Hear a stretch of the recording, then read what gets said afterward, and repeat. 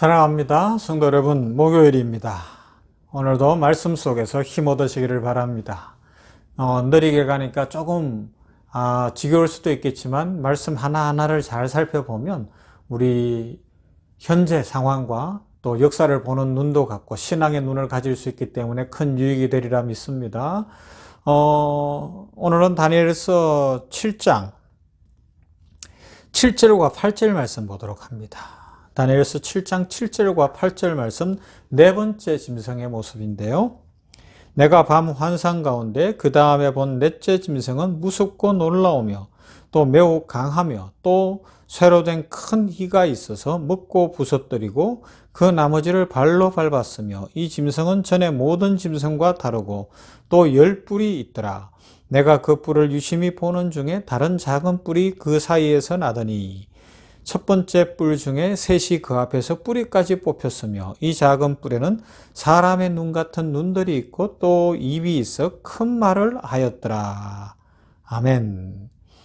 앞에 세 짐승을 봤는데 이제 네 번째 짐승이 올라오거든요. 그런데 이 네 번째 짐승은 너무 무섭게 생긴 거예요. 그래서 앞에는 처음에는 사자, 독수리, 곰, 표범 이런 구체적 짐승의 묘사가 있었는데 네 번째는 특정 동물에 대한 이야기가 없어요. 발견하셨나요? 그래서 이 현상 때문에 신학자들은 이 짐승이 처음 새 짐승과 차이가 있고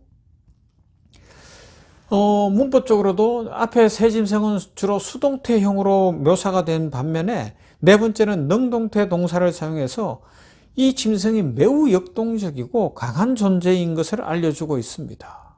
그 모습을 무섭다, 끔찍하다, 그리고 강한 발로 밟고 있다, 극도로 강력하다 이런 표현을 쓰고 있는 거예요.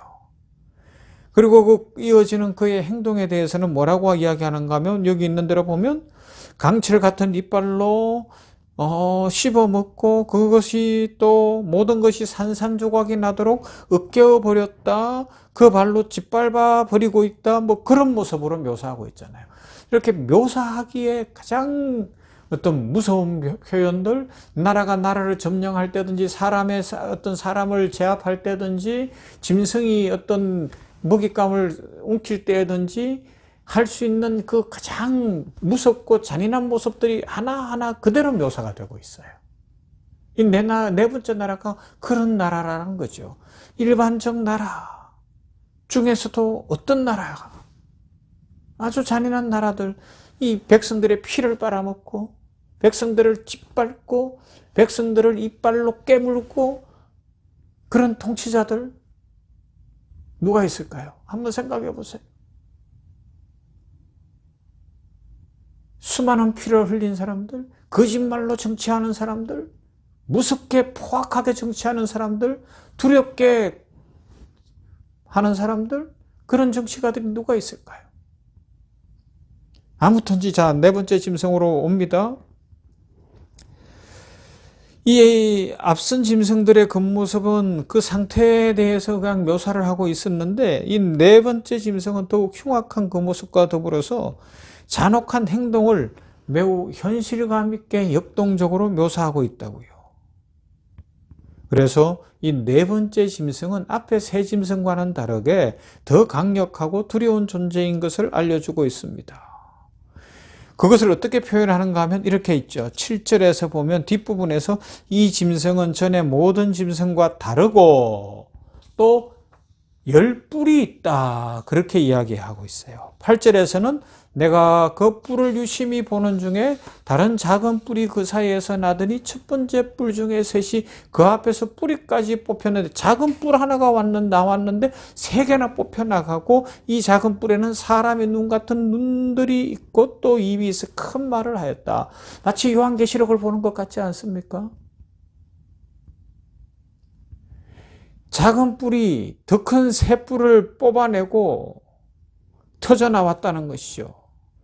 이 터져 나왔다 뭐예요? 아주 강력하게 확 밀고 나오면서 더 센 것들을 다 없애버렸다는 것을 이야기하고 있잖아요. 그리고 사람의 눈 같은 것들이 있고 입이 있어 큰 말을 했다는 거, 이것은 단순한 뿔이 아니라 어떤 것을 상징한다고도 생각해 볼 수 있습니다. 큰 말은 모든 세상과 관련된 말, 아니면 하나님을 향하여서 하는 오만방자하고 교만한 말이라고도 신학자들은 해석합니다. 왜요? 내가 올라서면서 더 강력한 뿔들을 뽑아내고 내가 섰으니까 내가 최고야 라고 하면서 세상을 향하여 내 말 듣지 않으면 다 죽을 거야 라고 압제하는 모습과 아울러 하나님을 향하여서 하나님은 없어 내가 최고야 라고 하는 그런 모습을 지금 상징적으로 보여주고 있다는 거예요. 누가 그랬어요? 세상의 많은 군왕들과 세상의 많은 나라들이 자기네 나라가 강력해지고 자기의 힘이 커지면 하나님 없는 것처럼 행동했던 그런 인류의 역사가 한두 번이 아니었잖아요. 나라와 통치자들만 그런 게 아니에요. 교회 속에도 있었어요. 그래서 종교개혁이 필요했던 것이고, 우리 각 개인이 그럴 수 있어요. 아주 힘들고 어렵고 그럴 때는 열심히 기도하고 하나님 앞에 메어달리고 주여 살려주시옵소서, 주여 도와주시옵소서, 하나님의 은혜만이 살 길입니다 그래 놓고는 하나님이 복을 주시고 나니까 교만해서 아주 그냥 머리를 쳐들고 다니는 그런 경우들도 교회 안에 종종 있었잖아요.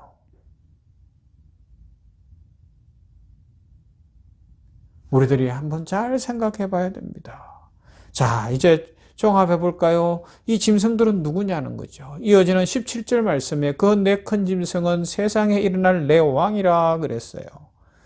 이 짐승들은 세상에 일어날 왕이고 그 왕이 지배하는 왕국의 속성과 특징을 표현하고 있는 것이다. 그래서 7절의 뿔 역시 세상의 왕이고 작은 뿔도 세상의 왕들을 정복하는 또 다른 강력한 왕이라고 볼 수 있습니다. 작은 뿔은 새 짐승과 비교해도 더 잔악합니다. 다른 나라를 뽑아버리고 이 사이에 넣고 발로 밟고 막 그러는 모습이잖아요. 이렇게 작은 뿔로 표현되어진 뒤에 나온 이 나라의 권력과 그 정치적 힘과 포악함은 대적할 수 없을 정도입니다. 그래서 하나님께까지 반역하고 있는 거예요.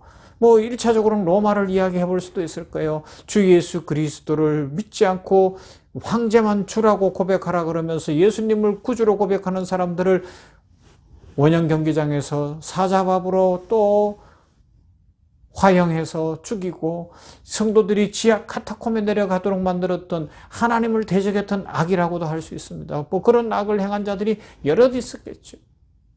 그러나 그 특정 한 나라만을 이야기하지 않습니다. 방금 말씀드린 것처럼 인류 역사 속에 하나님을 대적했던 여러 나라들을 다 이야기한다고 할 수가 있는 거예요.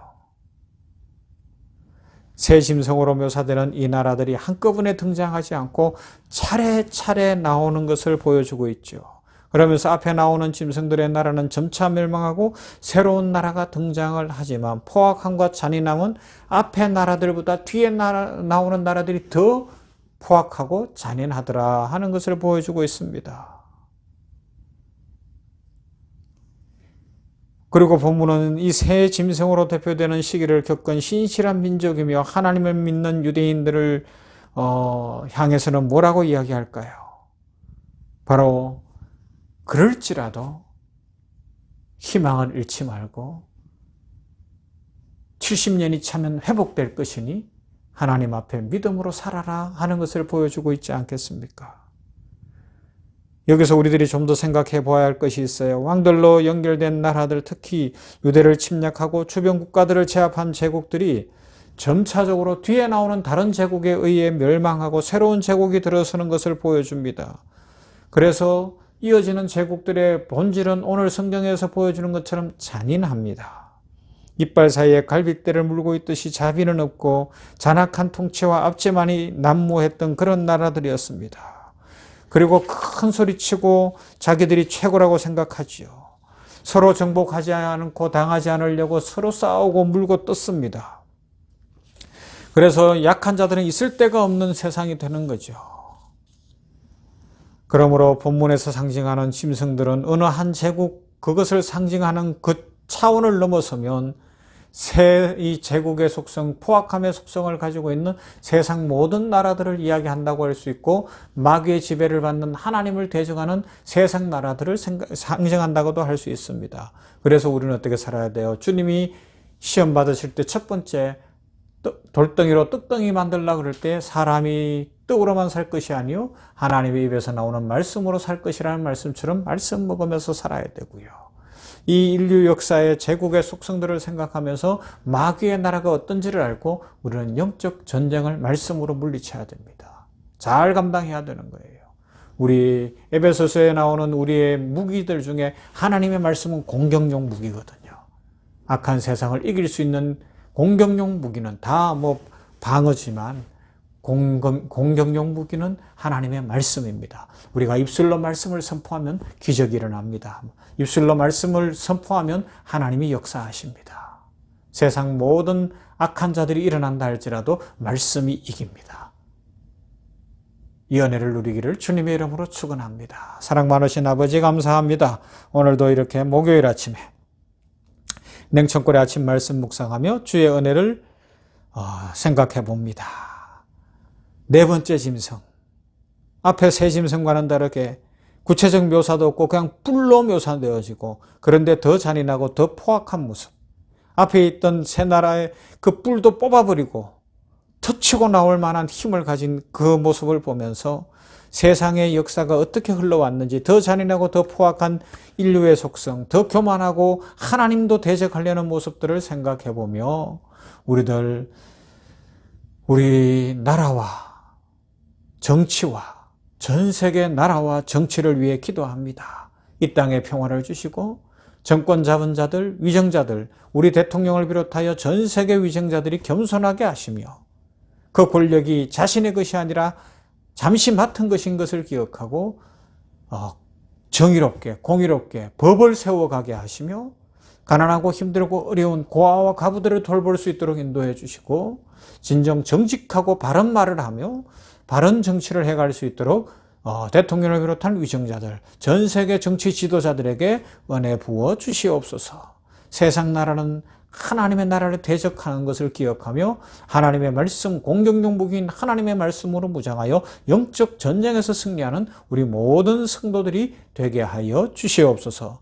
영적 전쟁의 일선에 있는 우리 선교사님들을 기억하시고 이슬람권, 남아불교권, 힌두교권, 공산주의권 그 모든 선교지에서 하나님 나라를 확장하기에 부족함이 없도록 이 추워지는 때에 건강과 회복과 축복으로 함께하여 주시옵소서. 우리 병원도 선교하는 병원으로 열방을 품고 선교 잘 감당케 하시되 후자이라 병원위에 함께 하시고 병원 세우는 모든 일정이 잘 진행되도록 물질도 주시고 사람도 주시고 축복하여 주시며 하나님의 은혜 가운데 우리가 섬기는 15분의 협력 선교사님들 복 내려 주시옵소서. 예수님 이름으로 기도하옵나이다. 아멘. 찬송합시다. 575장 주님께 귀한 것 드립니다.